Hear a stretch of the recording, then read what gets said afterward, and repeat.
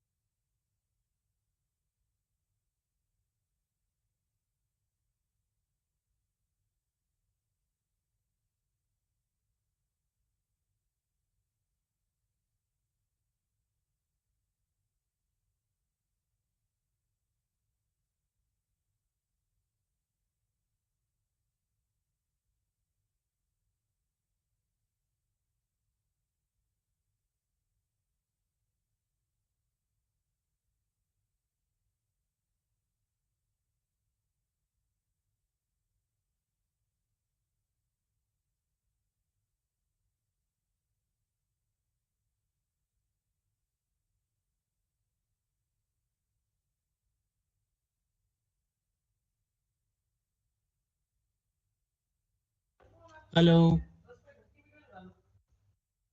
Yes, sir. Good afternoon. Okay.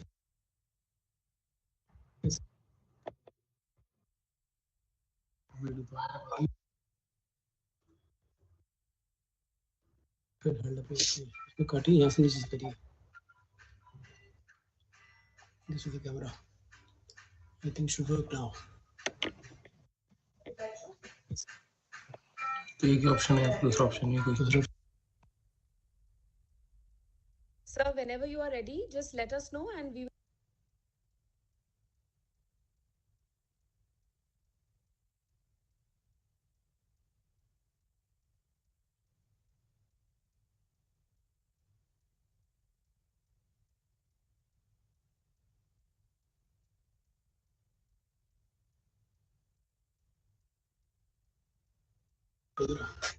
logic okay supposing we say this then it says allow इसमें allow का कहाँ option है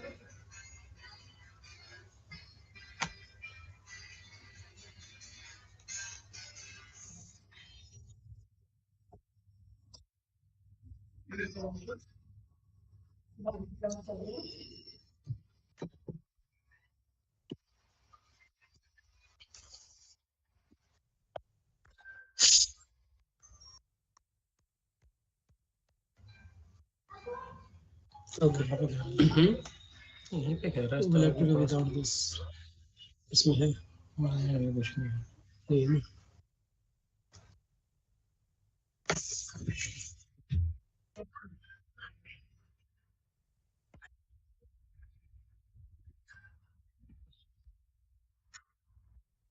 hello Yes, hello am sir. I audible Yes, yeah sir. You are audible, sir. okay the problem is with the camera when I click on it, it says allow, and there's no slot where I can press the button allow. So that is what we are trying to figure out. Okay, But sir. this is, I don't know where exactly the glitch lies. But anyway, one last try, and probably then we'll give it up. I can go without camera, that means. Okay, sir.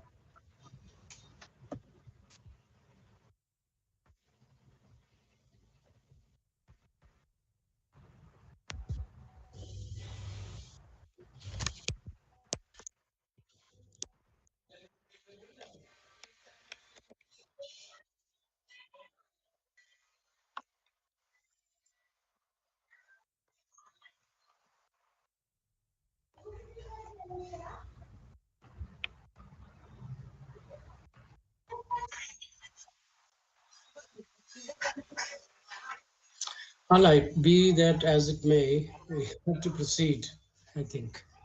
We cannot waste more time. So let's go ahead, please. We can start. Okay, sir. Okay.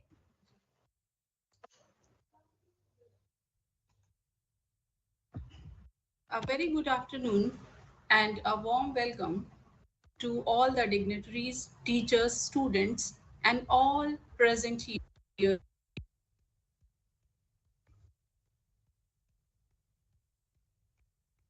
I'm really sorry. A very good afternoon and a warm welcome to all the students and teachers and all the participants present here to the fourth day of our online faculty development program, which deals with the relationship between sustainable development goals and English literature. I warmly welcome to all of you. The Sustainable Development Goals were adopted by the United Nations in 2015 to address global changes and create a more sustainable and equitable world, while their primary aim is to foster positive changes in society and have also had a notable impact on the world of literature, particularly English literature. So, the different topics of our FDP explores how writers and literary works have responded to call for sustainability, social justice, and environmental responsibility. Our aim is to demonstrate how English literature has become a powerful tool in promoting awareness, action in time with the SDGs. Our yesterday's session was on the topic of development of epic theatre by Professor Meenakshi Bawa of Lucknow University. She explains the topic in very interesting and effective manner. It was really a mesmerizing lecture. She also touched the topic of psychoanalytical theory and reconceptualizing Freud in cinema. Now, today we have a session on the topic of role of individual and social psychology in Indian English literature. We are all social psychologists, declare Taswell and Fraser. And psychology deals with the intellectual emotions and the mental feelings of the mental stability and feelings of the individuals. So now, without further ado, I invite Akanksha Yadav of MA Sim 1 to give a brief bio of our esteemed speaker, Professor Jagdish Batra sir of OP Jindal University. Akanksha. Good afternoon, everyone. Professor Jagdish Batra is Professor and Executive Dean, English and Foreign Languages at OP Jindal Global University, India. Earlier, he worked as Principal and Head of the Postgraduate Department of English in different colleges. With nearly 4 decades of teaching experience, he has guided approximately 50 research scholars. His areas of specialization include contemporary Indian English fiction and culture studies. Professor Batra has presented research papers and also presided over several international conferences in India, Europe, and Southeast Asia. Recipient of many awards, he was also presented the Research Excellence Award by JGU in 2020 and 2021. He is also the convener of 8 annual international literary conferences. A former Rotary Study Exchange Scholar to USA, Professor Batra has published 11 books, 60 research papers in leading journals, and a large number of general articles. He is on the editorial board of 2 literary journals and research panels of many universities. Thank you.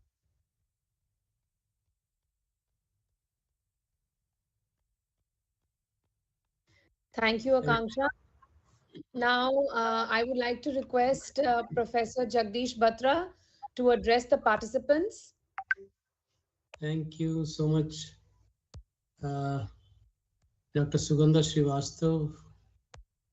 She was with me in Singapore conference, and thereafter we have been sporadically in touch with each other. I am thankful to all the dignitaries present here, Dr. Rakesh Jain, who is head of English department here, and Dr. Binu Singh, also co-convener of the conference here. And apart from it, we have Dr. Tulika Ghosh, from the Department of English, Ms. Medha Tripathi, and Dr. Ashish Kumar, again from the Department of English. Thank you very much for having me here. And we just heard about a lecture having been delivered on the subject of psychoanalytics with regard to films by Dr. Meenakshi Baba. Well, the way, in case I had known about it, probably I would also have been one of the audience here. And I'm so glad that you have already discussed something. Probably my lecture would then become a bit, I think, inessential. But anyway, since I've been invited and I'm here with you for this bit of time, so I'll try to do justice to the topic that has been given to me. So first of all, I'd like to know how many of us here happen to be first-time attendees of this program, Faculty Development Workshop. Do we have any idea? Hello? Sir, I think Yeah. most of them have been attending the session for the past 3 days, and today is the 4th day. Okay. Great, great. So now what I mean to say is that, are these, first timers in the sense that they are fresh, recruited into the jobs as assistant professors and all that. In that case, what we have here in this side of the country is we have orientation programs which touch upon different types of topics, and that is what this also appears to be. And that is for the teachers who have spent a few years only in the academic field. So is that the way I should understand about the audience here, or more than that probably? Because after orientation, we have refresher courses here in particular areas in which faculty members are teaching. So anyway, thank you so much. And we have some 48 members here. Thank you for sparing time on this Sunday afternoon after a hearty meal. And I suppose it's really no good time. And we're talking of psychology. So probably we are missing out a bit on the psychology of the attendees here. Okay, we should have kept in mind the physiological needs also, isn't it? So I hope nobody goes to sleep. Well, there could be a possibility of that also. Anyway, we have to take into account that also. So friends, coming to the topic that has been given to me, or I have consented to talk about, it is the role of individual and social psychology in Indian English literature. And when I say Indian English literature, basically is the fiction that I'll be dealing with, because that happens to be the predominantly major area of literature that is current now in these times. I think I sent the PPT. Would you be sharing the PPT, please? Dr. Yes, sir. I'll Subhendra? just do that. Okay.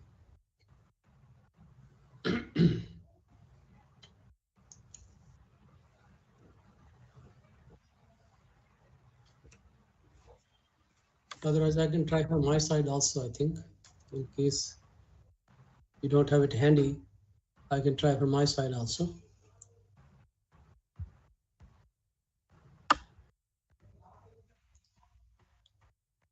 Okay. Yeah. So can you put on the slide mode also in case you like, otherwise it's fine, I think. So that is it. You have to click a little more. Yeah.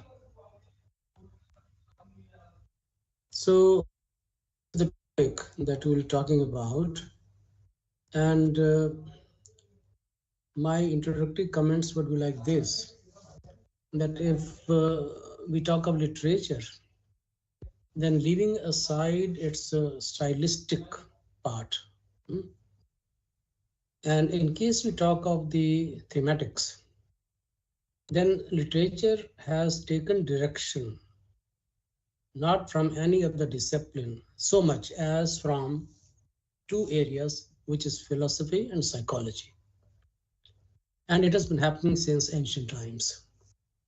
Psychology and philosophy have been so intermixed with the literature. And probably we can move on the slide, please. The next slide. We can go on to the next slide.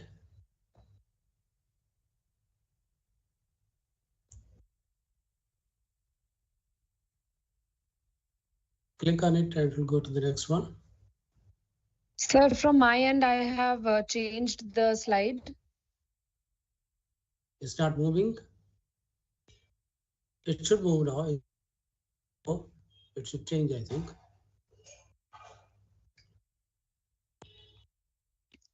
I can see the introduction slide, sir.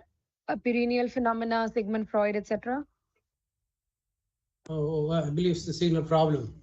Probably the signal is weak, so that's why the voice also is not reaching perfectly here. Anyway, so when it's possible, you may change the slide. I'll go on. So I was saying that since ancient times, psychology and philosophy have been so mixed with literature that it's virtually impossible to isolate them. And it was as unconscious company that literature had of psychological approach to draw characters and philosophical approach to analyze issues concerning humans and the world. So this, however, will bank solely on the role of psychology of both individuals and society right now in this particular lecture. And as I said, to hedge the wide domain of literature, to delimit it, we shall mainly concentrate on the area of Indian English literature produced in our times, particularly the fiction. Friends, psychological constructs like pathos and catharsis have been discussed in the Western world since the days of Aristotle and Plato, and all of us have been teaching these concepts. The Western world, however, takes consciousness to be a cluster of images and memories only. In our own culture, human psychology has been the subject of probing since Vedic times, when consciousness was sought to be raised to the highest level of cognition and affection, and from there to spiritual experience, which of course is now dubbed as parapsychology. But there are many other terms that throw light on what would be relevant to psychology buffs today also. Take, for example, a threefold assessment of human nature as sattvic, rajasic, and tamasic. And I think everybody knows about it. I need not go deep into it. Now, while the play of psychology in portraying characters and their relationships with others in society has been one side of the coin, the other is of the way society brings to bear on individual its own value system. Sigmund Freud quite appealingly described this interrelationship through the three psychic zones, which he called id, ego, and superego. And while id is after pleasure, knowing no norms, almost devil incarnate in common lingo, the superego is the moral principle as professed in a society. In between lies our ego, which is said to be unconscious but can become conscious enough to regulate the self. The search for balance between id and superego involves conflict, so that we have the average human being trying to thread his way through the chaotic marketplace of the world. On the other hand is the deviant character who would not mind quacking a snook at societal norms and going his own way, even as society around him decries him no end. Excuse me. Many scholars do not accept Freud's threefold division of the psyche, but they have not reacted against the application of his theories to the symbolic interpretation of literature.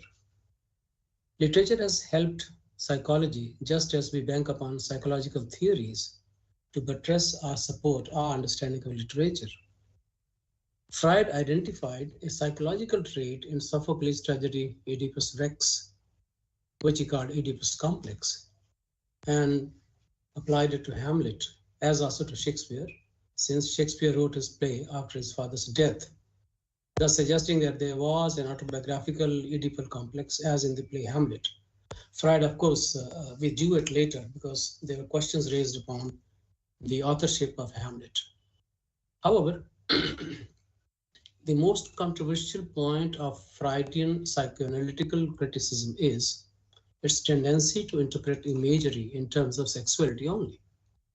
Freud's disciple Jacques Lacan had to deal with mental patients whom he would understand through verbal interactions. And in this, he found the linguistic structure propounded by Saussure useful, so much so that he even found the unconscious to be structured as language and operating through signs, metaphors, and symbols. According to Lacan, the practice of psychoanalysis is dependent exclusively on words, which means on language. So, psychoanalysis must have a theory of its language and meaning also. But whereas Freud studied the relationship between biology and mind, Lacan studied culture, language, and mental structure. Whereas Freud set up a threefold division of the mind, that is id, ego, and superego, Lacan creates a trilogy of imaginary, the symbolic, and sometimes the real. The fantasies and experiences of infantile consciousness are produced in the human subject through language. For Lacan, God doesn't live in a world of realities, but a world of signs, of signifiers. When he says that the unconscious is structured like a language, he means that the unconscious works through metaphors and signs, of course. In other words, unconscious desires are revealed through free associations and dreams made of these symbols. Just as language operates the system, in the same way society also operates through a series of interrelated signs, roles, and rituals. This order he called the symbolic order. Lacan's development of Freud has had several important influences. Some feminists have suggested the social and political relationships between males and females will not change unless language itself has been radically changed. And we know after Walter. Sorry. Second, Lacan's theory has proved of interest to deconstructors and other post-structuralists. This is because it holds that the ego is a product or a construct. It's produced during the mirror stage and seems unified, but Lacan says the unified self or ego is a fiction. So it is the job of Lacanian psychoanalyst to deconstruct the ego or to show contradictions in it. Now, psychoanalytic theory has impacted many areas like historiography, feminism, film studies, post-structuralism, etc. While feminist critics like Luz Igriari, Helene Sixo, Judith Butler, and Juliet Michel have applied Lacanian psychoanalysis to their readings of texts in complex ways, the work of the versatile duo Gilles Deleuze and Felix Guattari stands out as they have extended the bounds of psychoanalysis. Deleuze and Guattari came up with the concept of schizoanalysis, an anti-Oedipus published in 1977. They reject the idea of repression and point out that trying to create an ego in a schizoid or a person with lack of interest in social relationships can lead to sickness. This is because the unconscious is forced to enter the domain of signifiers, even though it's already full of its own reservoir of images. This was opposed to Lacan's formulation that the unconscious is all about lack or vacuity. Lack, according to Deleuze and Guattari, is created by the contemporary market forces, which always impel one to absorb one image or the other by this or that product from the market, because one is persuaded to believe that she doesn't have it and thereby has a lack. And they remark, and I quote, schizophrenia is the exterior limit of capitalism itself, or the conclusion of its deepest tendency, unquote. Deleuze and Guattari criticized the central organ model of the unconscious in the form of a tree, and instead came up with rhizome model represented by grass-type growth, with its non-linear network type having multiple beginnings and endings, quite a different version of the unconscious. It would not be out of place here to refer to another Freud's disciple, namely C.G. Jung, who, while working on collective unconscious, gave a new dimension to self. His notion of collective unconscious manifests as dreams, myths, archetypes, images or figures, and story patterns shared in different cultures. In this, the individual agency seems to be limited as it is oppressed by the weight of God knows how many generations of unconscious imagery. His research opened the doors on myths which are found in every culture all over the world. Anthropologists like James Fraser and Levi Strauss, two they will spotlight on certain archetypal images like sun, water, tree, etc. We take up these concepts while undertaking mythical criticism in literature now. However, our main concern here is the psychological aspect of individuals who are pitted against forces internal as also external, and the external forces manifest in social groups starting from family and covering spiral-like bigger and bigger groupings like kinship, caste, clan group, language group, regional group, nation, etc. Individuals have their instinctive drives, attitudes, behavioral patterns, and prejudices. When they come together, they display some group tendencies. The social psychologists like to study the group dynamics as seen in public opinion, social media, trends, fashions, rumors, etc. There is also the domain of social norms. Kurt Lewin is known as the father of social psychology, which began as a discipline in the United States at the dawn of the 20th century. Other notable names are B.F. Skinner, Alfred Adler, Steven Pinker et al. One could fall for the temptation of advancing the scope of social psychology also further on to where sociology as a discipline takes over. However, we must understand that whereas social psychology studies the behavior of individuals as members of a society, sociology goes beyond the individual and takes up groups as entities that function within society. Max Weber, Durkheim, Karl Marx, Auguste Comte, Pierre Bourdieu, André Bretil, M. N. Srinivas et al. Are some of the leading figures in the field. Now, the conflict is central in all the postulates and theories studying individual vis-a-vis society. It's also at the center of all creative literature, particularly fiction and drama, that deal with the individual placed in society. All these discoveries and revelations have added to the approach of creative writers who have been portraying internal and external struggles in their characters. It's not a one-way traffic though, since even the psychologists have looked upon the literary texts as cases to be mulled over and diagnosed just as they do in case of real-life patients.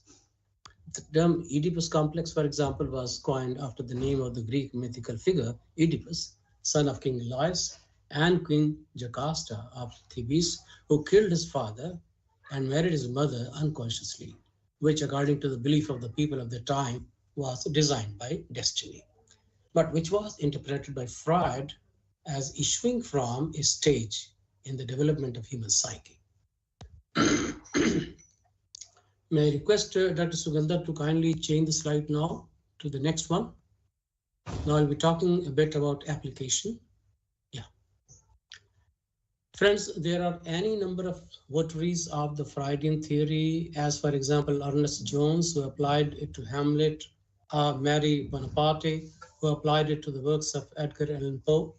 But let me submit that it's not necessary to go by these theories only.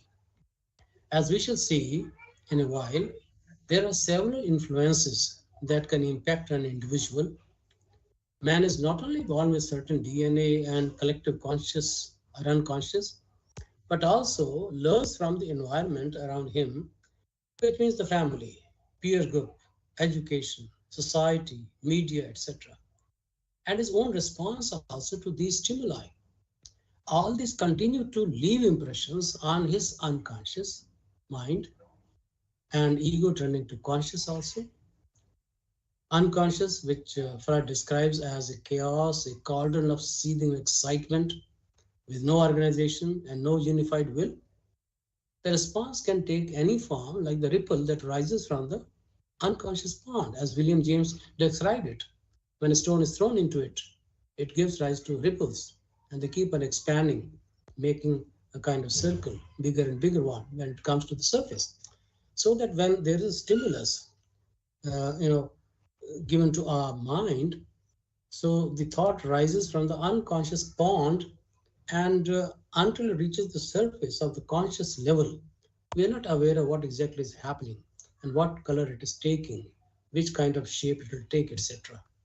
So it's very difficult to imagine as to what the response would be, colored as it is by our unconscious part of the mind.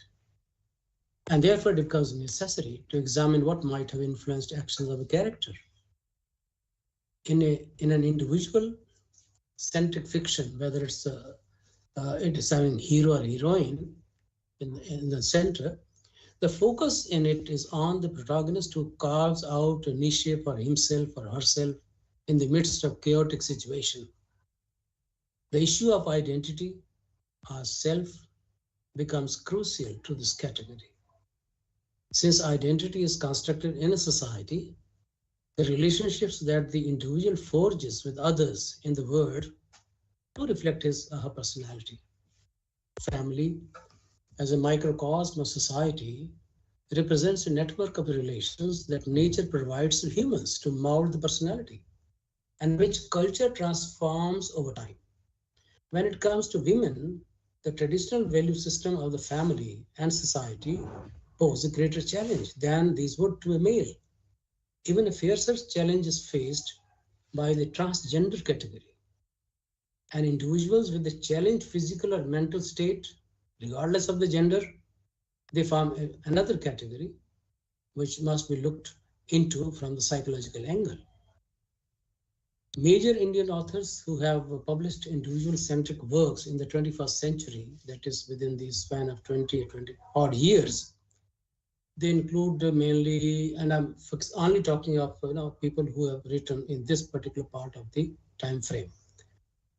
Anita Desai, Shashi Deshpande, even though they were writing earlier also, but they have contributed even in this century also. Chitra Banerjee Divakarni, Amit Chaudhary, Anita Nair, Jayashree Mishra, Jerry Pinto, Janice Parriott, Anis Salim, Avani Doshi. It's an endless list actually. In fact, I've covered in brief all these novelists who published their works in these 20 odd years, 2001 to 2020, in my latest book, Indian English Fiction, 2001 to 2020, History and Reflections. It has novels belonging to some 20 other categories also, apart from the individual specific fiction writers. Like there are other categories like diaspora, history, myths, marginalized sections, travel, adventure, thrillers, whatever. Here I'm going to take up a few of the contemporary writers with broad comments about their works, followed by detailed analysis of a text, as time would permit. Text too, maybe, as the time would permit. As I do so now, I'm also conscious of something that is, it's just like the radiant rays of psychology in almost all types of novels, good novels at that. For example, when we deal with the diasporic community, or we are having a crime thriller, over there also there are psychological aspects of characters which can be brought to light. In serious fiction, it definitely is done. In popular fiction, of course, there's no scope for that kind of treatment.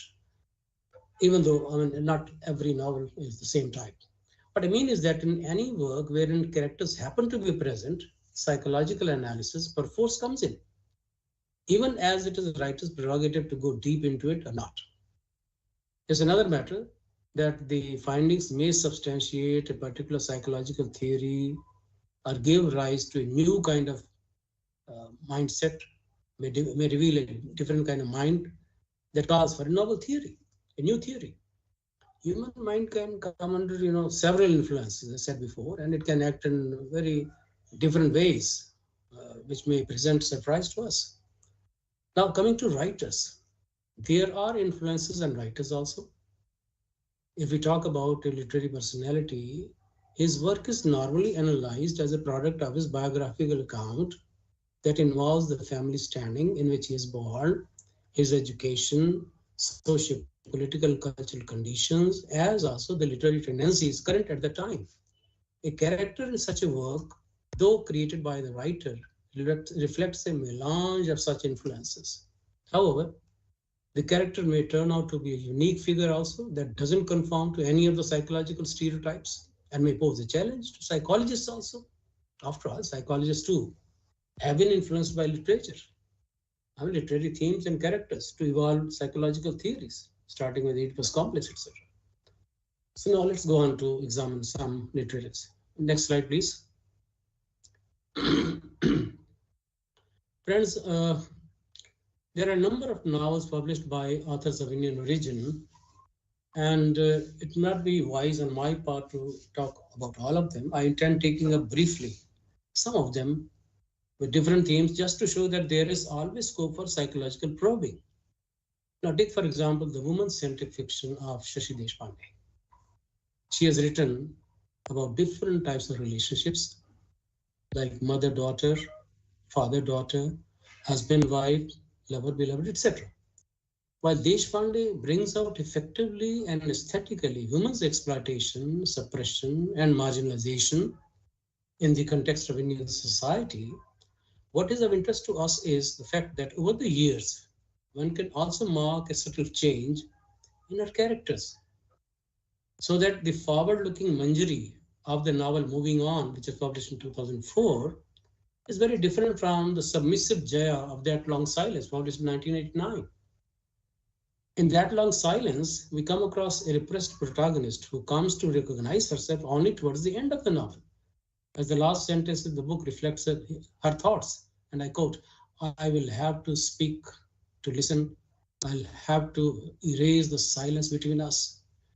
The anger I had felt when that then comes back to me when I realized what I have been doing all these years. And if there is anything I know now, it is this: life is always to be made possible," unquote. So that shows the resolve, but towards the end. Now, in Moving On, we find a liberated woman who moves in tandem with the times.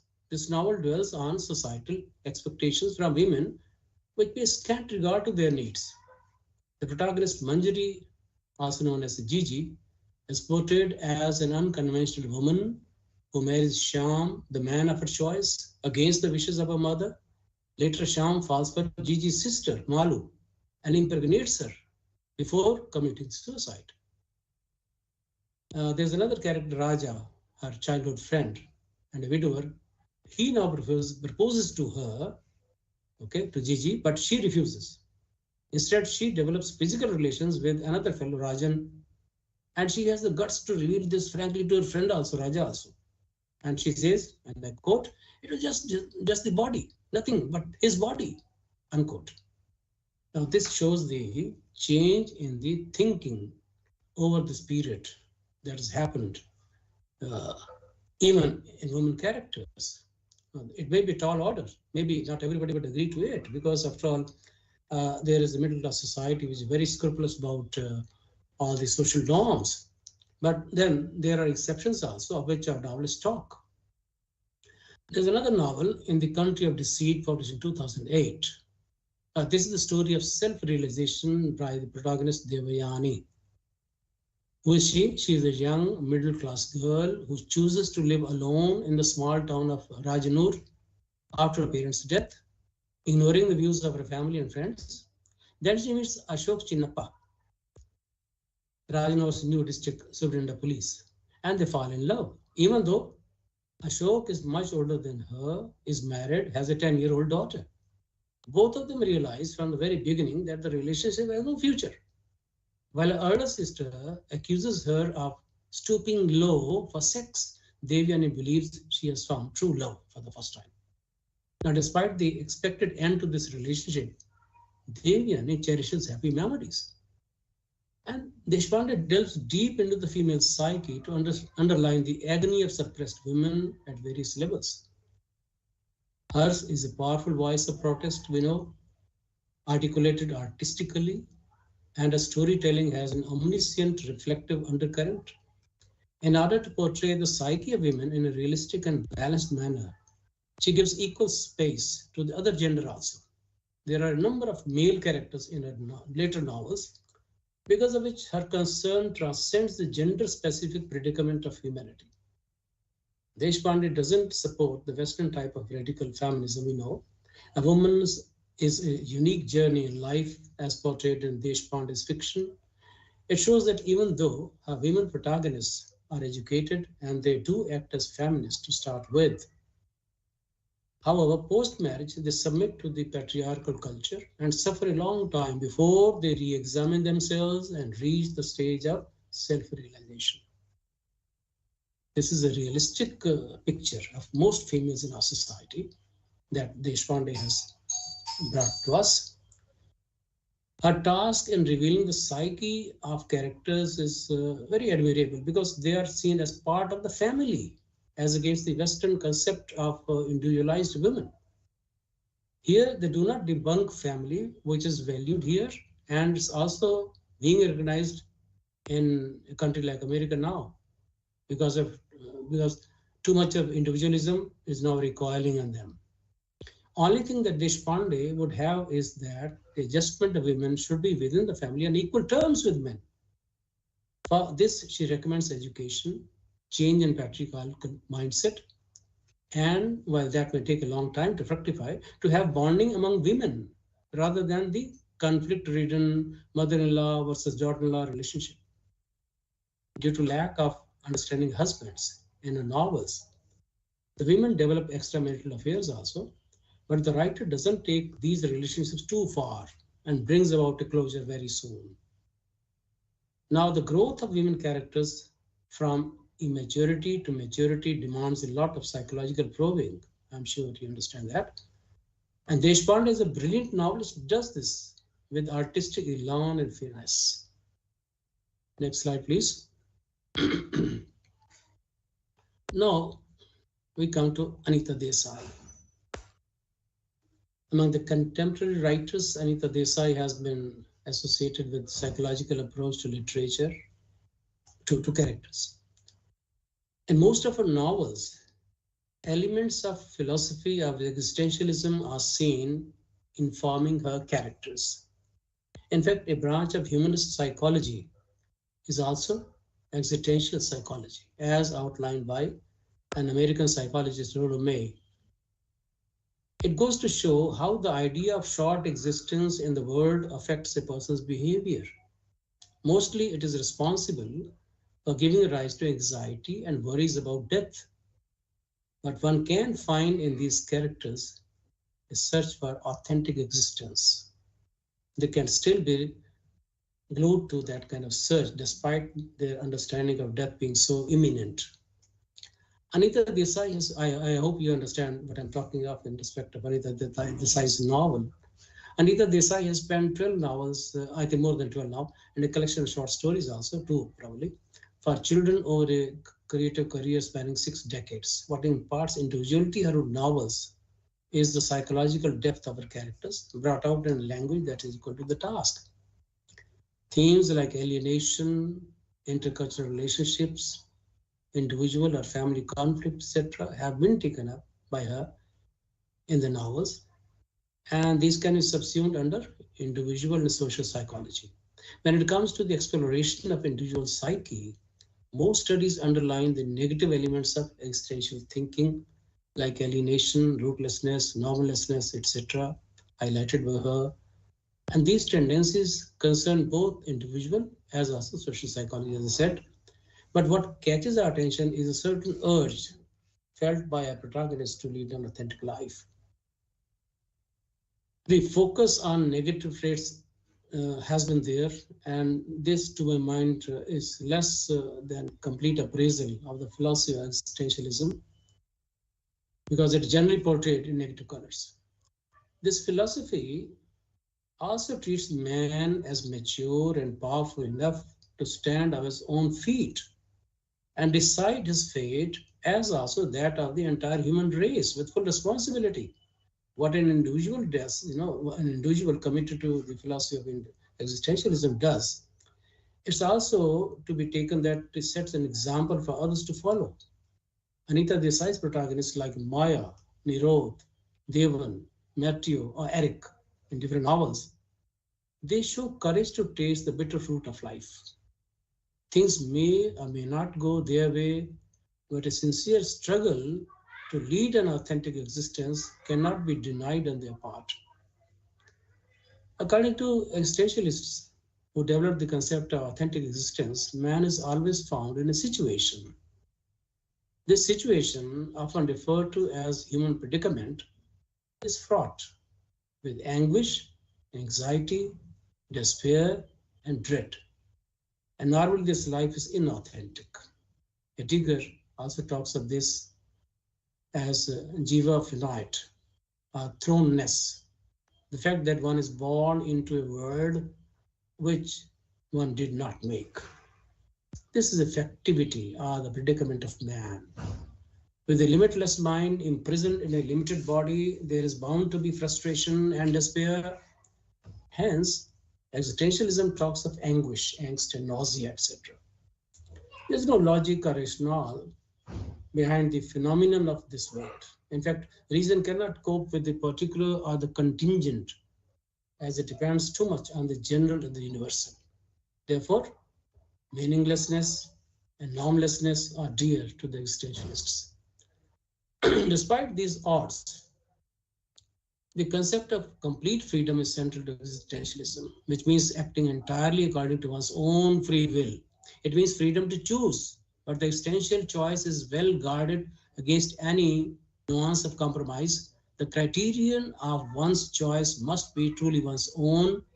Mostly we find some aesthetic or ethical considerations that are held by society or religion influencing our choice of a particular course of action. According to Kierkegaard, the existentialist, man must turn to the inner voice, a voice that is a product neither of social conditioning nor of reason. This self-conscious appropriation of the conditions of one's own existence and identity is called authenticity in existential language. Anita Desai places an enlightened, and let's read it, as existentially conscious individual in a predicament or a situation that search has different goals. The quest could be of self-identity, for the space to exist, or for the freedom to live life in a particular manner. So Maya, in the novel Cry the Peacock, locates her authentic life in marital bliss and compatible companionship. She demands life on her own terms, however irrational it may appear to her husband. I quote her remark, "Giving me an opal ring to wear on my finger, he didn't notice the translucent skin beneath, the blue flashing veins that ran under and out of the bridge of gold and jolted me into smiling with pleasure each time I saw it," unquote. That was husband's fault. Unpardonable. We know that in the end, she pushes Gautam, her husband, off the parapet of the roof, leading to his death. And Maya justifies this decision.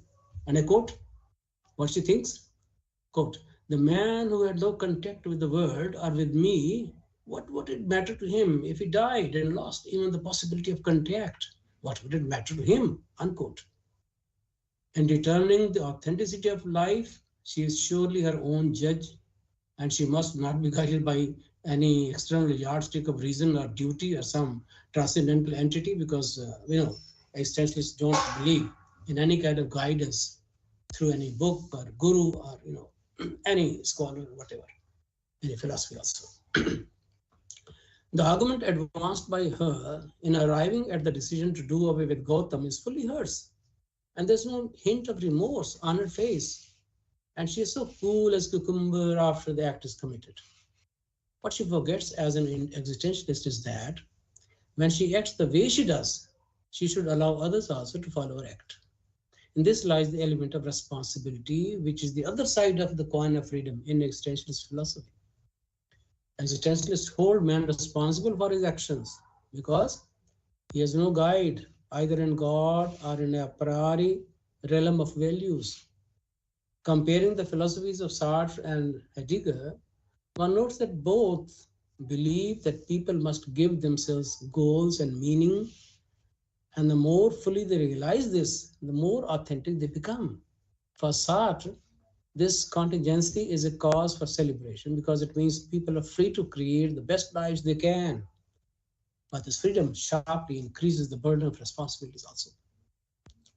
Taking up the existentialist plank, the predicament of Nirod in the novel Voices in the City can be summed up as a limitless mind imprisoned in a limited body.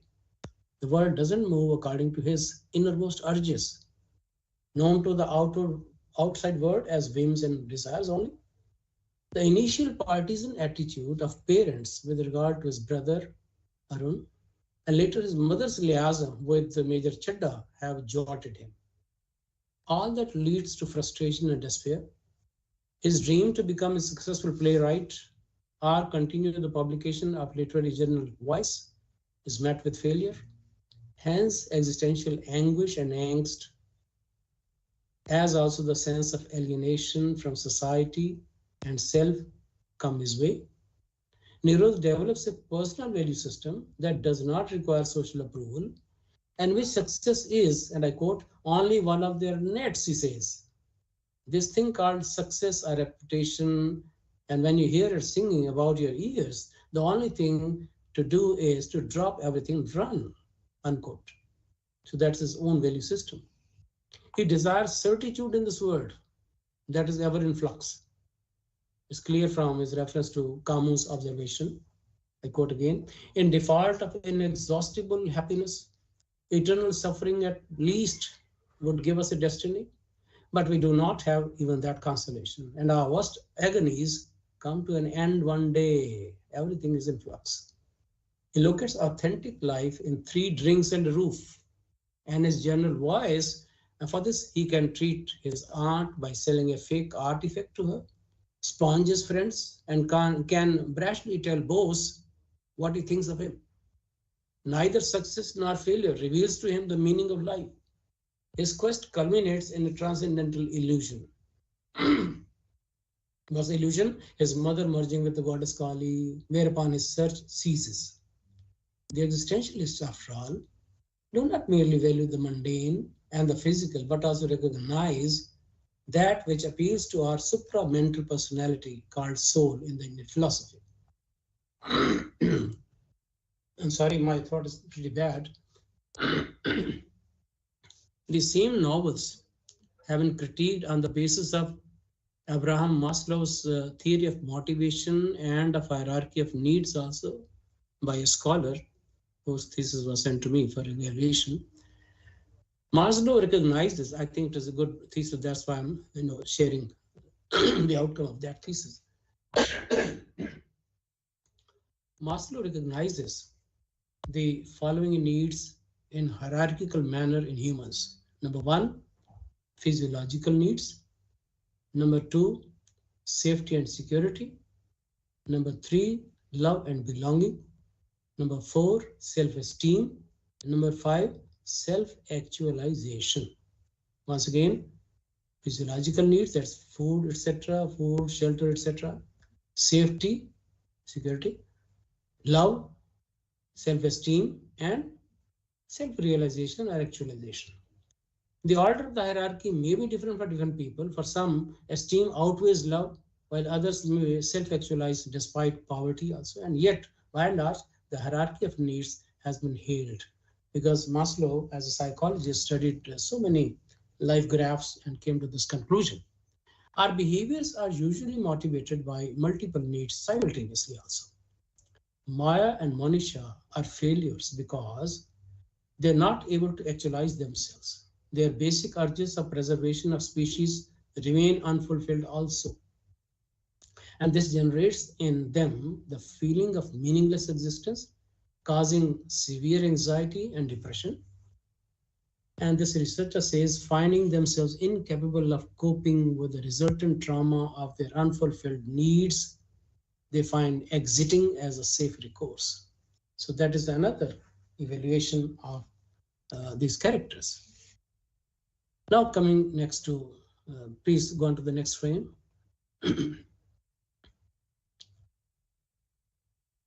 After Anita Desai, we take up Jhumpa Lahiri's novel, and that would be my last text of this lecture. See, Jhumpa Lahiri, we know, is a very renowned novelist, was won Pulitzer Prize also for interpretive melodies, and then there are several novels written by her. We know of her earlier novel, The Namesake, which was prescribed in many universities, but The Lowland is probably still low on the charts, so to say. But psychologically, I mean, if we talk of psychological approach, then it comes up with very startling kind of character. So that is what fascinated me to undertake this work, but analysis. Jhumpa Lahiri's novel, The Lowland, presents mysterious minds. Besides, we are not given the benefit of direct interior monologue in this novel, which could give us a clue. It starts with the snippets of shared life experiences of two teenage brothers, Subhash and Udayan. Born 15 months apart, these children of Bengali parents settled in Calcutta are immensely friendly with each other. Both the children are interested in science and conduct experiments at home. In the streets of Tollygunge, they wander before dusk, and the hyacinth-strewn pond, they play for hours on end. Why I'm referring to ponds? Because these are very significant in the novel. As they grow up, Udayan, the elder one, impulsive and somewhat troublesome child, feels attracted towards Naxalism. We know Naxalism, Naxalite movement that preached a violent end to capitalist class. So committed is Udayan to the ideology that he would risk his married life, his pregnant wife, his brother and parents. Of course, wife comes a little later, but all these years he has been learning and mouthing and propagating this philosophy of Naxalism that was a gift to India from China to work for the party. It seems he is totally moved by the superego, the Marxist discourse that possessed West Bengal at the time.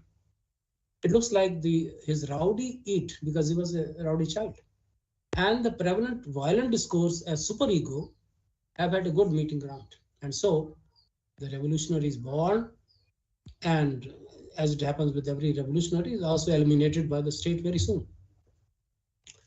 However, the second of the two brothers, Subhash, is not interested in this ideology. His ego is rather moved by reason, as he is more inclined towards making a mark in academics. He goes over to the US to study further. When he learns about his brother's death, he is there in the US, he learns about his brother's death at the hands of the police. He comes back to India. And by that time, Udayan was married. He left behind a widow. So it is here that he thinks seriously about resettling Udayan's widow, whose name is Gauri. Much against the wishes of his parents, he marries Gauri and takes her to the States to usher her into a new life. He believes she would be able to forget Udayan's tragedy and find meaning in life. Obviously, Subhash is wrong. Even when he took her as wife, she seemed lost in herself and was rather doubtful about the outcome of Subhash's proposal. He had to assure her that he would not go against her wishes and that she would be free to lead her own kind of life in the US also. In the US, bringing her around to wife's ways was a painfully long and finally an unsuccessful affair. However, the fact is that the story dealing with Gauri's life in America is a journey from a silent, inchoate state to an Americanized, libertine avatar. That also happens. Total metamorphosis. Finally, when they are able to unite physically, it's almost a one-sided affair again.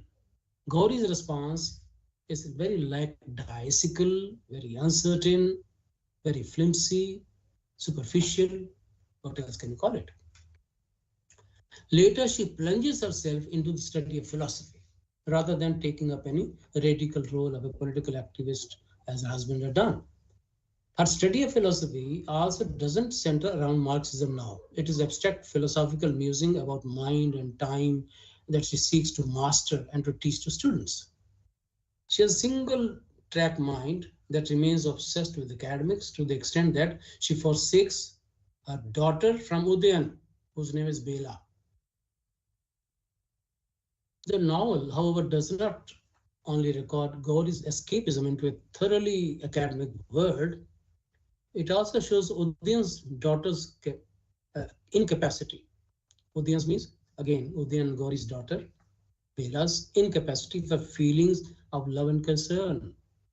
She also grows the same way. It is ostensibly explained as resulting from a motherless state that she had to face when Gauri suddenly walked out on her second husband, that is Subhash, one day leaving her child behind. The novelist does not give the reader a glimpse into her consciousness, Bela's consciousness, Gauri's consciousness. The objective third-person narrative has its plus points, but when a psychological issue of this type is under scanner, the intimate in-scape portrayal of the character involved in the form of interior monologue definitely helps. But then we know Jhumpa Lahiri gives the externals, just like object correlatives will not give you directly what is happening in the mind. One has to make do with those external signs as to what is happening inside. That is her art. So as it is, one has to gather it from Gauri's tangible actions only. She is portrayed as a free-willed person who wishes to abjure the self-cultivated obsession of sanctifying Udayan's memory through abstinence. She wants to give up that feeling also. And there's a quote from the novel. I quote, "She slept with him," that is Subhash, "because it had become more of an effort not to. She wanted to terminate the expectation she had begun to sense from him, as to extinguish Udayan's ghost, to smother what haunted her.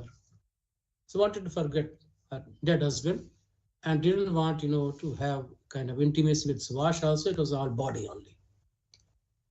Granted that she starts living life at the Laurentian level of physicality, what is it that haunts her mentally that the above line indicates? Did she consider herself responsible for her husband's murder? Were these the pangs of conscience over marrying her dead husband's brother and being approached by him? The writer resorts to the artist's prerogative of avoiding a direct answer. An explanation could be that Subhash's parents had not been able to reconcile to this decision, and Gauri was deep in grief over Udayan's murder and yielded to Subhash's altruistic step. But later, she regretted the decision. If this were the case, there was no point in taking to a number of lovers freely in America. That's what she does. She takes a number of lovers in America. Subhash is an exception. So when she deserts the second husband, she is a free-willed person and going in for sex with this and that fellow. Was it also the numbing effect she found in Subhash's company that worked as intoxicant to forget the moral question that she faced? But what of the child she got from Udayan? If she was deep in love with the memory of her husband, Bela should have been a precious legacy to her. How could she forsake her? Subhash, on the other hand, devoted himself wholeheartedly to bringing up Bela, playing the dual roles of mother and father to her. Something of a puzzle here. When Bela wants a babysitter for her daughter, Subhash disagrees. Bela also grows. She also has a daughter later on, from whom we don't know. So it's almost 4 generations covered in this novel. So when Bela's daughter comes up, then Subhash also looked after her.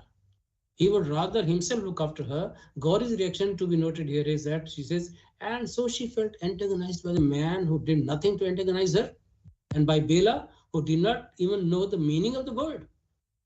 This again is the quizzical streak in Gauri's character. Gauri, it would be seen, was unemotional, as when Bela threw tantrum one day and would not go to school, she grasped her hand tightly and dragged her to the school bus.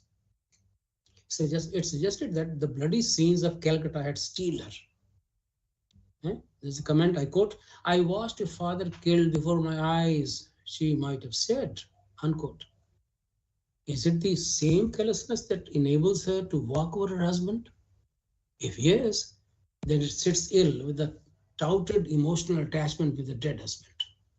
She was least bothered about Subhash's sensitivity when she decided to give herself a new look. On the other hand, on seeing a middle-aged man, she feels attracted, which shows a lack of moral scruples also. And moral scruples were suspected to be behind her distance from Subhash, who had done so much for her. So where are the moral scruples also? Very puzzling.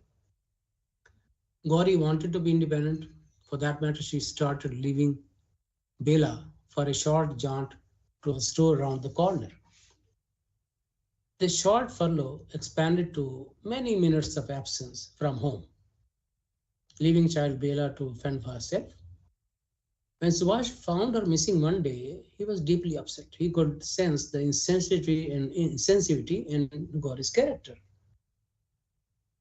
I quote, "The wide berth for herself that she had been seeking in their marriage, he now willingly gave. He no longer wanted to touch her in bed. He no longer brought up the possibility of a second child," unquote. The gulf between the two was now wide berth for herself. One can believe that this change attitude was not entirely due to the past traumatic experience.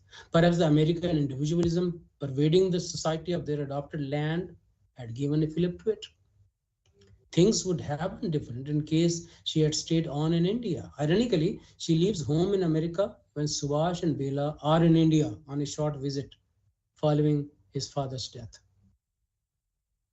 Subhash and Gauri's daughter Bela, they are traveling in India because Subhash's father is dead, and Gauri is there in America, and she then deserts the husband also. Gauri had stayed back apparently due to her dissertation work.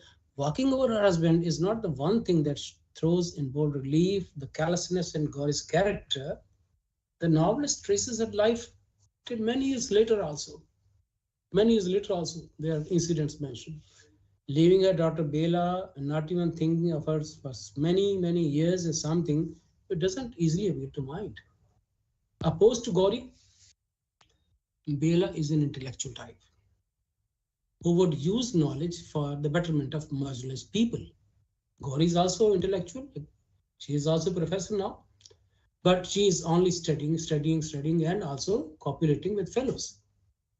Bela is using her knowledge botany, I think that's the subject, to help peasants. She had done her major in environmental science, and her senior thesis was on the effect of a pesticide in a local river.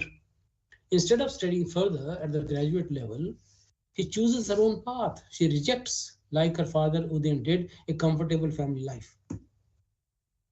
Instead, at 21, she joins the Peace Corps.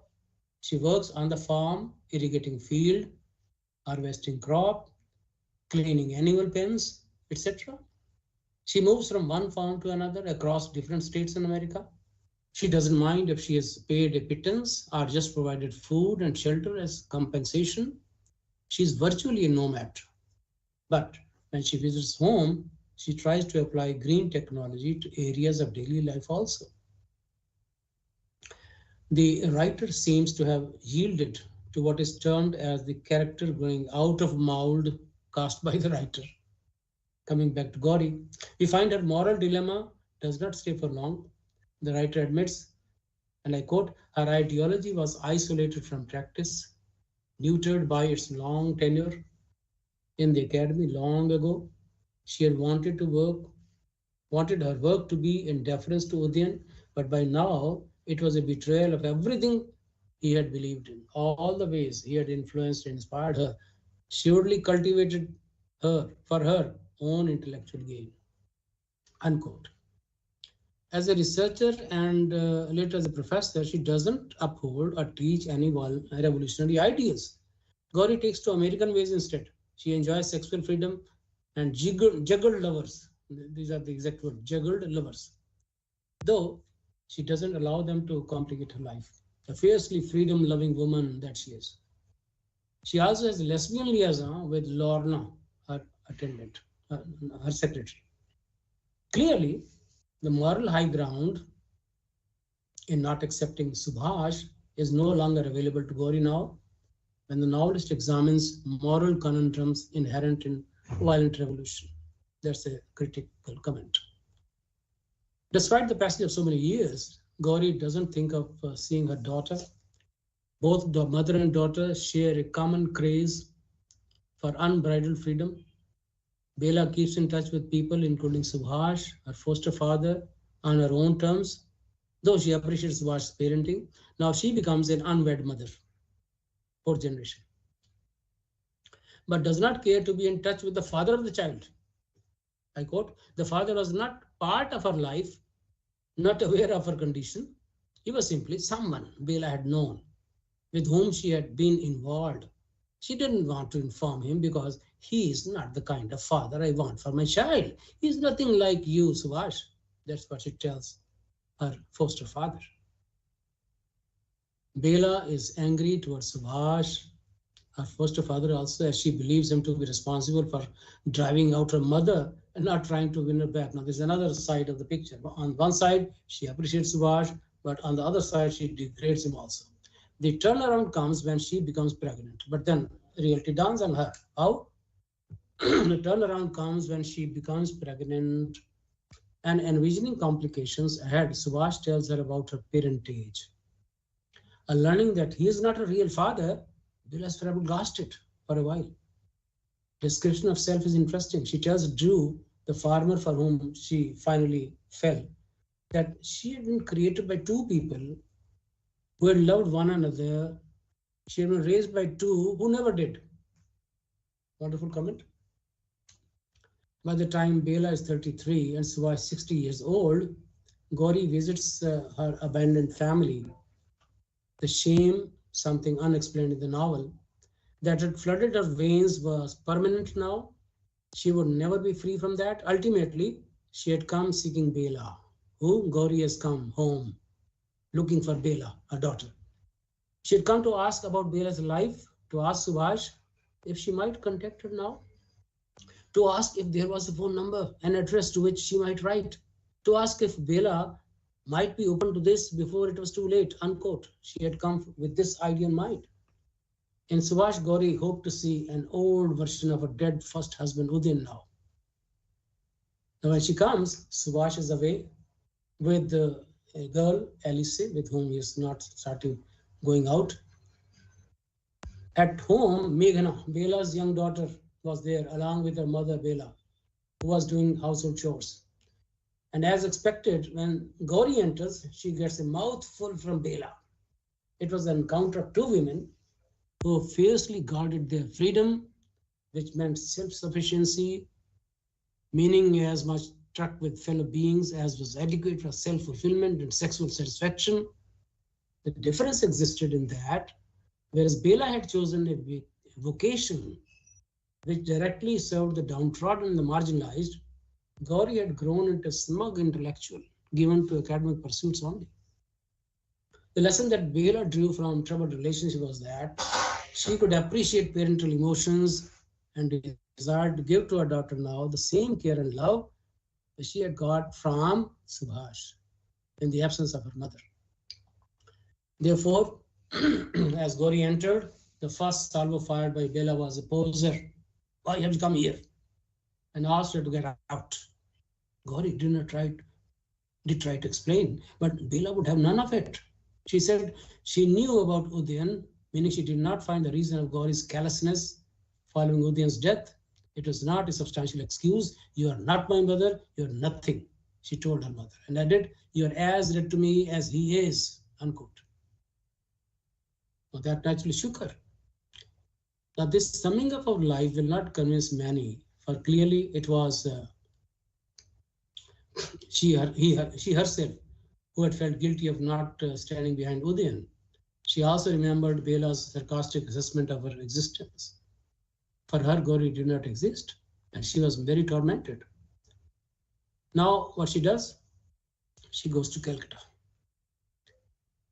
And standing there in Calcutta, on a tower, she aspires to annihilate the remnants of self and contemplate suicide to achieve the bond of not existing, to be one with Udayan in this way. How come? Thought about Udayan has come back. And there's a passage from the text I quote. She leaned forward.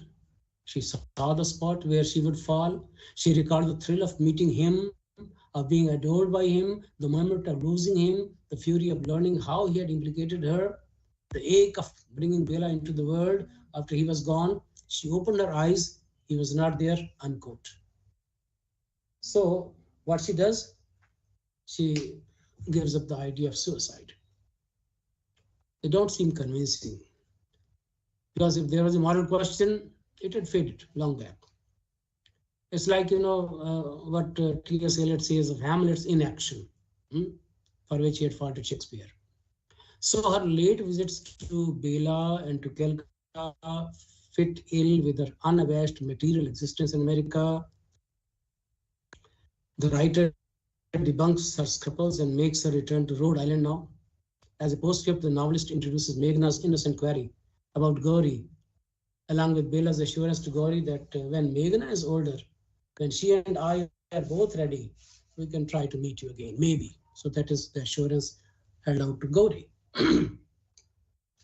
Now, this character of Gauri is hardly consistent to carry conviction.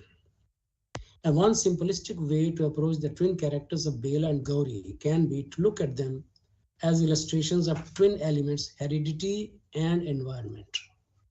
Bela and Gauri, I'm talking about.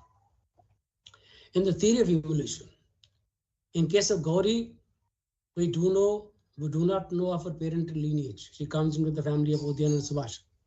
All that we know is that she was witness to the horrendous act which took away her husband's life.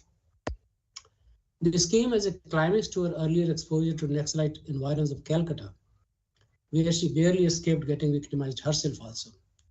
Udayan's death was a big shock for her. Her transportation to USA and the consequent change of milieu did not bring her to the golden mean of life. Instead, she swung to the other extreme, getting thoroughly Americanized and living life as a free animal. It shows her weak identity, which got transmuted under the pressure of environment. As for the moral question tormenting Gauri, which has been highlighted by some critics, suffices to say that Gauri's scruples of loyalty to her late husband taper off over a period of time. When she starts sleeping with other lovers, it's definitely time for her to shed the masquerade. And yet she desists from patching up with Subhash and Bela and merrily goes on with her newly acquired American sense of fulfillment in life, something for which she is thankful to American environment. The only word that represents her nature vis-a-vis Subhash is selfish or purely self-conscious. So do you call it id or superego? Up to us. Bela, on the other hand, appears a mixed copy of her parents. There are hints thrown in by the writer, behaving as Gauri used to do, this comment. Heredity expresses itself in her altruistic mission to help the destitute, just as her father Udayan was moved by the plight of the downtrodden in India and had taken the radical path that appeared to him to be the only remedy in the Indian condition. She swims against the materialist current in America and feels impressed by the 18th century cult preaching celibacy and simple life, though she amends the celibacy injunction later on. This is her take on radicalism of her father, joined to freewheeling lifestyle of her mother. Service to humanity is one, free lifestyle is the other. Father and mother. She has steely determination like her mother, refuses to have any truck with the father of the child. Heredity, let me mention, heredity depends on the gene pool of quite a few generations. As such, it becomes sometimes quizzical to link a particular trait to one's immediate parents. In Bela's case, Subhash rightly comments, how could we expect Bela to be interested in marriage, given the example he and Gauri had given? They were a family of solitaries. They had collided and dispersed. This was a legacy. If nothing else, she had inherited that impulse from them. That's very much there in the book. However, if these characters could be strictly subsumed under either of the two rubrics, that is heredity and environment, they would be flat and wooden. As it is, we find the characters growing and changing also. We know that heredity and environment act together in different proportion. Great advances have been made and continue to be made in unraveling the functioning of human mind in our times. Psychologists like William James, Sigmund Freud, Jacques Lacan et al. Have contributed greatly to understanding of the subconscious. One would also ask the same issue from purely Freudian perspective. The two psychic zones, namely id and superego, are always in conflict. And what comes out is the conscious ego.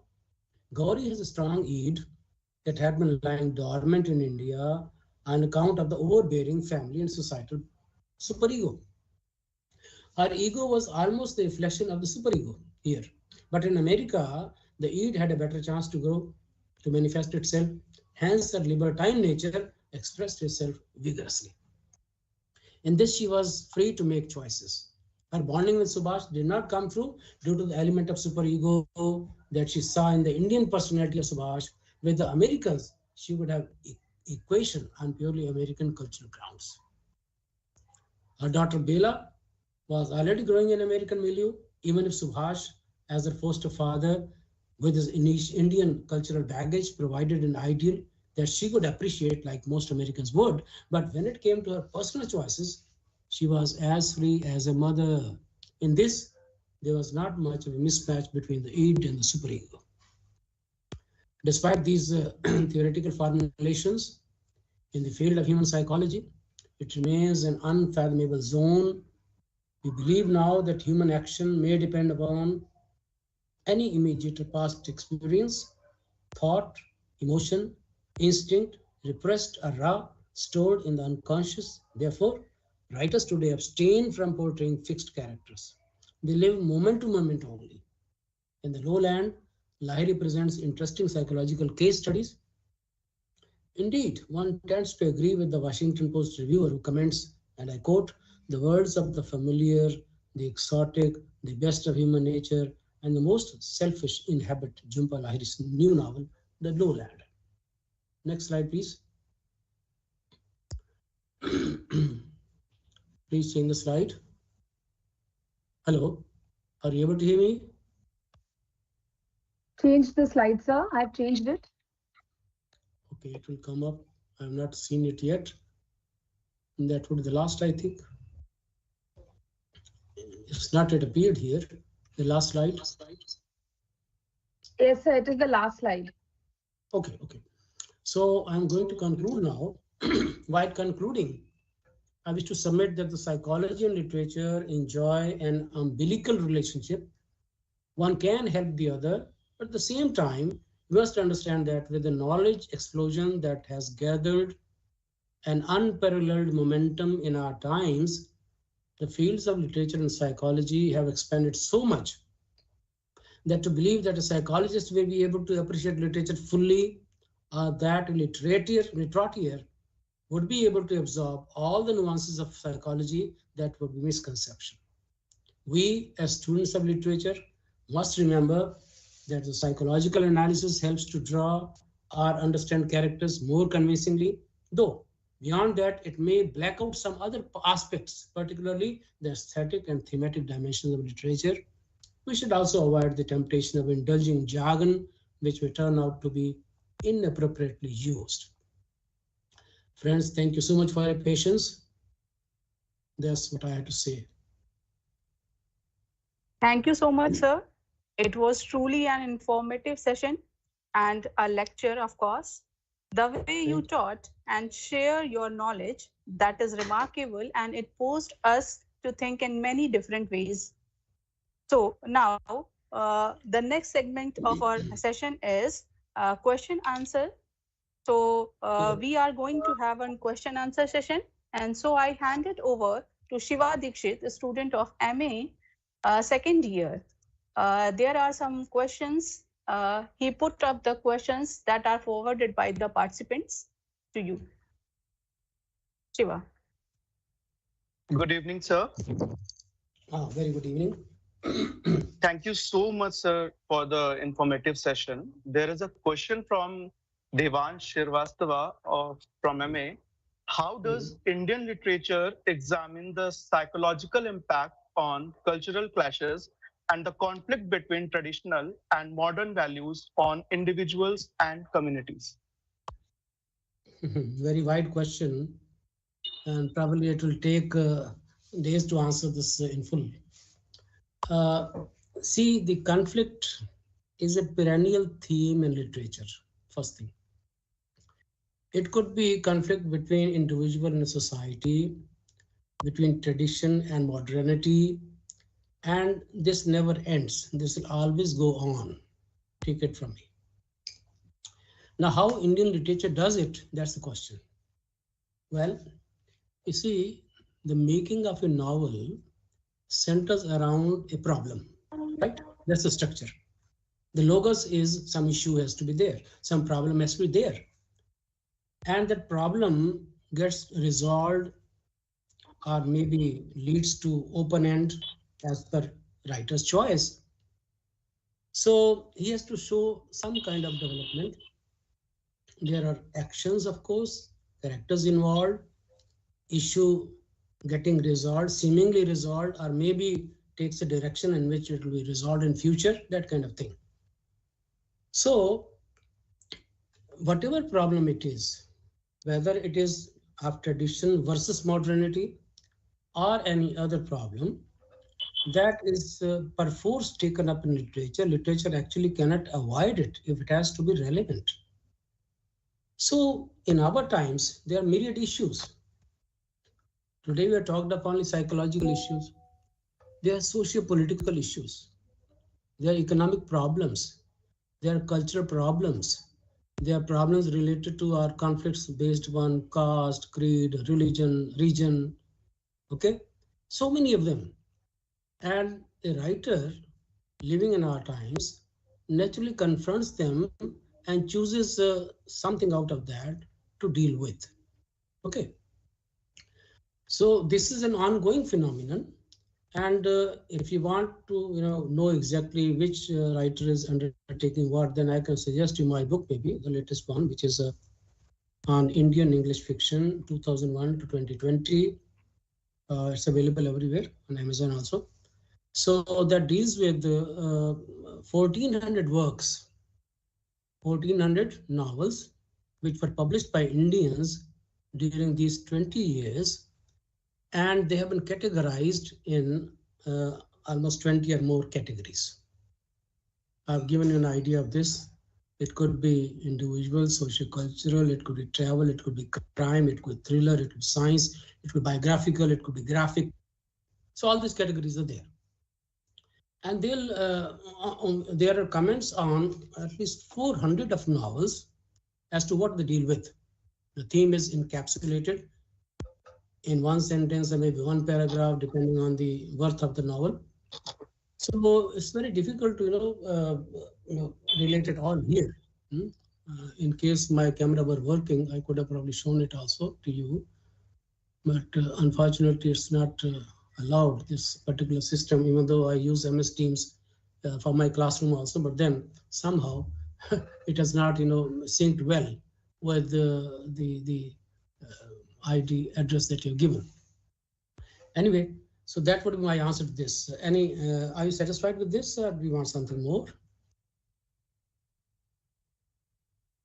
Hello? Does Yes, it sir, answer I'm it? completely satisfied with that. Thank you. Thank you so much. Thank you. Thank you. So there is a question from Mantasha Azim of MA.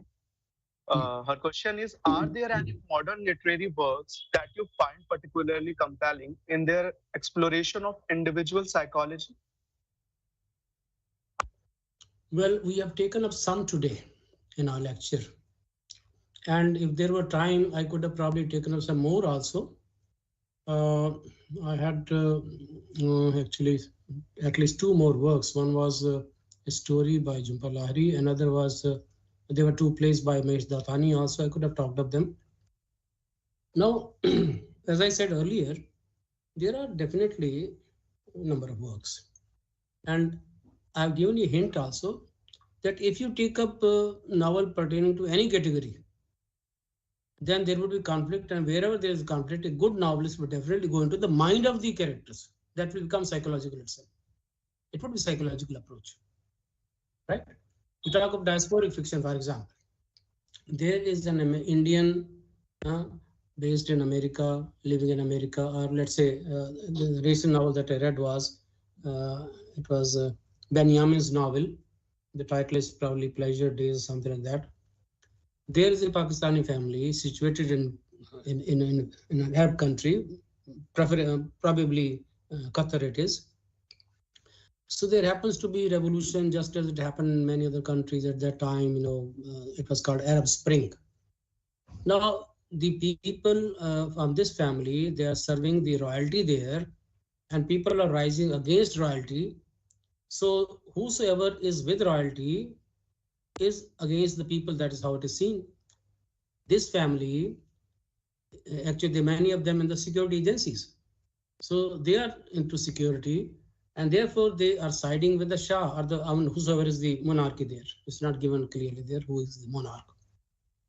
So they become kind of detestable people for the general public, and they feel threatened over there. Now, naturally, they think as to what happened. Why are we being singled out? After all, we are here only serving here, and we are earning a livelihood. Why should they be looking? We are with them, of course, but the people won't understand that. There's a psychological thing here. Social psychology is at play. Okay, individual also, there are within the family also, there are things happening.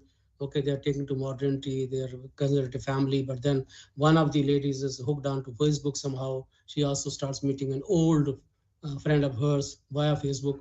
So there is some kind of change also happening, and she tries to hide it from others. So the others, someone else comes to know. So there's again psychological play also. So when any novel you take up, it can't be bereft of some psychological touch if it is a good novel.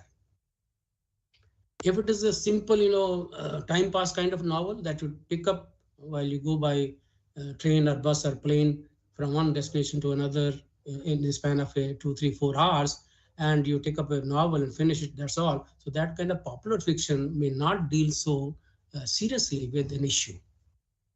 But in case it is from a valued author, it's a serious kind of fiction, definitely.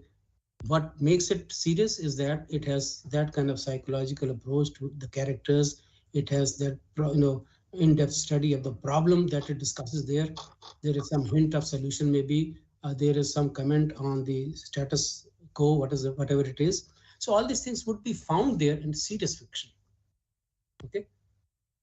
More of it, of course, I have referred to the book also. There are several other books also, of course, I'm sure. But this one is the latest. That's why I'm speaking about it. Okay, sir. I would like to conclude this question answer session with the question of mine. So the question is, how does psychology in literature foster empathy, tolerance, and social harmony for sustainable development goals? Wonderful question. Sustainable development goals. How do we sustain the society? And you've given the answer yourself through empathy, which is lacking in our times. One is at the throat of the other, all over the world. You see, which country is not fighting with any other country today? And we don't know when the World War III will begin. Only empathy is lacking. That's the problem. Okay, the Palestinians don't want Jews to be on the earth, and the Jews, definitely would like to carve out niche for themselves. They won't like Palestinians. So that is the kind of thing. Russia won't like Ukrainians, the Ukrainians won't like, this, etc., etc. So if we can have empathy, and the fact is that we are lying low on emotions and sentiments in this technological era. That is the main problem. Who can arouse sentiments? It's literature only. Religion is under fire, okay, because of certain misdeeds being committed in the name of religion. What else can you look up to? It is literature actually which teaches the lesson of humanity to the readers. Literature can be in any form. It can be in book form also. It can be in visual form also. It can be in the form of movies also. That's also literature. But main thing is, this is the only hope for mankind. If we arouse the emotional self in us, that will only find resonance with others, that will only see the same worth of another human being as we assign to ourselves. In the spiritual language, it is seeing the divinity in every being or non-being also.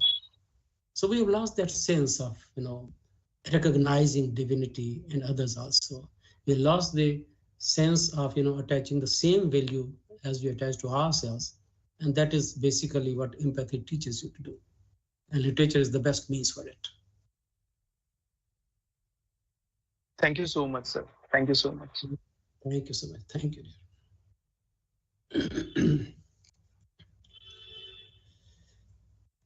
You are on mute, Dr. Binu. Binu ma'am, you're not audible.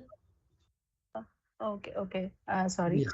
Okay. Thank you so much, sir, for answering the questions of our dear students in an enthusiastic manner and in a very patiently. You gave the answers. That is remarkable, and it was a very informative session and great lecture given by you.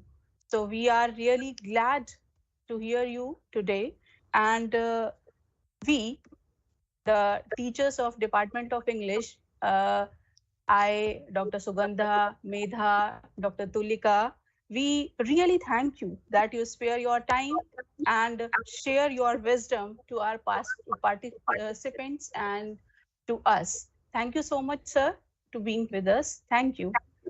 Thank you so much, sir. Thank you so much. It was such a pleasure to have this kind of responsive audience and brilliant, intelligent people in front of me. I really wish I was there with you, but least of all we could do probably to have camera on in my case, which has not happened. I really regret it. Even though I'm not kind of person to be looked at, still would have been good. Well, anyway, some other time, and I look forward to those times. Thank you so much once again. Thank you. Thank you so much, sir, once again. Thank you. Once again, I want to thank you, all the organizing team, all the participants and the students, and of course the volunteers.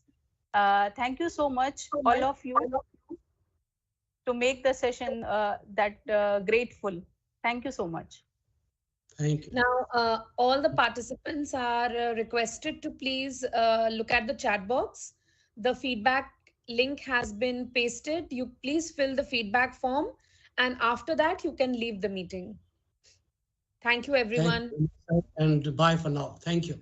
Bye, sir. Bye-bye. Thank you so much. Bye.